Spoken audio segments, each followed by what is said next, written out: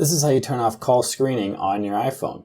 Head into Settings, scroll all the way down till you get to Apps, tap on the P, or scroll down till you get to the P section and then tap on Phone. Scroll to the very bottom of Phone, or near the very bottom, we have a Screen Unknown Callers section. So if you've chosen Ask Reason for Calling, that is screening the calls. They describe it as calls from unsaved numbers will be asked for more information before iPhone rings. Calling and data rates may apply. If you want to turn this off, switch it to Never, and the definition of that is calls from unsaved numbers will ring and missed calls will be displayed in the recents. A third option you have is Silence.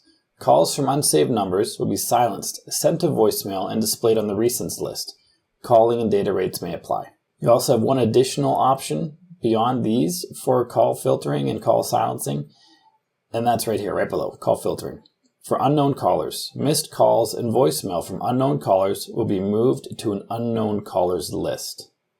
So instead of having a recent calls list of all the people you know and all the people you don't know all mashed together, you have two different lists if you turn this on. And it looks like this. Under Recents,